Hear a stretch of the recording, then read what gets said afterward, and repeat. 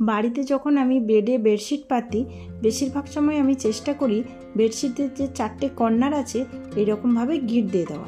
4টে কর্নারে গিট দিলে কী হয়, একটা কোণ তৈরি হয়, মানে 4টে কর্নারে একটা কোণ তৈরি হয় এবং বেডের কোণের সাথে ওটা ভালোভাবে টাইট হয়ে যায়।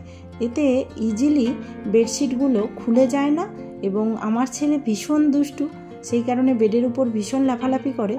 তো লাফালাফি করলে বেডটা গুটিয়ে যায় না। আমার কিন্তু বেড গুটিয়ে গেলে ওই বেডে শুতে খুব বিরক্তি লাগে, মানে বেডটা একটু টাইট হয়ে থাকবে, সেরকমভাবে শুলে বেশ ভালো লাগে, মানে রিঙ্কেল ফ্রি বেড যেটা বলে সেটা। এইভাবে করলে কিন্তু খুব সুন্দর রিঙ্কেল ফ্রি বেড তৈরি হয় এবং রাতে ঘুমিয়ে যখন সকালে উঠবেন তখন বেডটা কিন্তু এলোমেলো হয় না, মানে যেরকম রাতে বেড করেছিলেন ঠিক সেরকমই থাকে।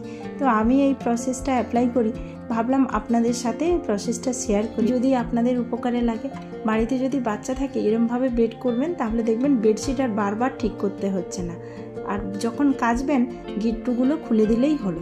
ওকে বন্ধুরা, টাটা, দেখা হচ্ছে নেক্সট ভিডিওতে। ভিডিওটি কেমন লেগেছে অবশ্যই কমেন্ট করে জানাবেন, ভালো লাগলে লাইক করবেন আর চ্যানেলটি সাবস্ক্রাইব করে পাশে থাকবেন।